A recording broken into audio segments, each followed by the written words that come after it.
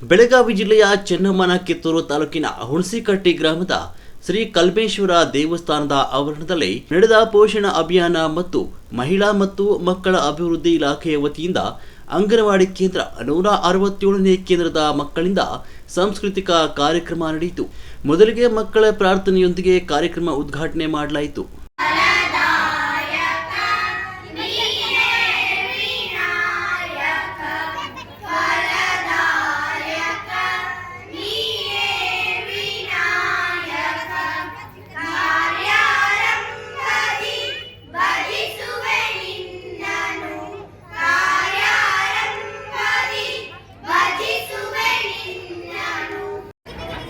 ಈ ಹುಣಸಿಕಟ್ಟಿ ಗ್ರಾಮದ ಎಲ್ಲ ಮುದ್ದು ಮಕ್ಕಳೇ ಹಾಗೂ ಹಿರಿಯರೇ ಹಾಗೂ ಎಲ್ಲ ನನ್ನ ತಾಯಿಯರು, ಇವತ್ತಿನ ದಿನ ನಿಜವಾಗ್ಲೂ ಬಹಳ ಖುಷಿ ಆಗ್ಬಿಟ್ಟಿದೆ ನನಗೆ. ಯಾಕಂತಂದ್ರೆ ಈಗ ನಮ್ಮ ಸಂಸ್ಕೃತಿ ಅನ್ನೋದು ಬಹಳ ಹಾಳಾಗ್ಬಿಟ್ಟೈತಿ.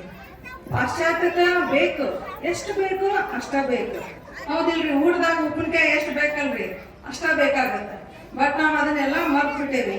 ಯಾಕಂದ್ರೆ ನಾವು ಮಾಡ್ತೀವಿ ಅಂದ್ರೆ ಈಗ ನೋಡ್ರಿ, ಈಗ ಹಿಂದಿನ ಕಾಲದಾಗ ನಮ್ಮ ಅಜ್ಜ ಅಜ್ಜಿಗಳು ಮಾಡ್ತಿದ್ರ ಅಂತ ತಿಳ್ಕೊಂಡ ನಾವೀಗ ಏನ್ ಮಾಡ್ತಾ ಇದೀವಿ? ಈಗ ತೇರಂತ ಮಾಡ್ತೇವಿ, ದೇವ್ರಂತ ಮಾಡ್ತೇವಿ.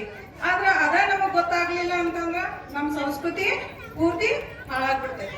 ಅದಕ್ಕೋಸ್ಕರ ಈಗ ಏನಂದ್ರೆ ಇಂಥ ಒಂದೆಲ್ಲ ಕಾರ್ಯಕ್ರಮಗಳು ಆಗ್ಬೇಕು. ನಂಗೆ ಬಹಳ ಎಲ್ಲ ಸಮಸ್ತರು ಇದಕ್ಕೆಲ್ಲ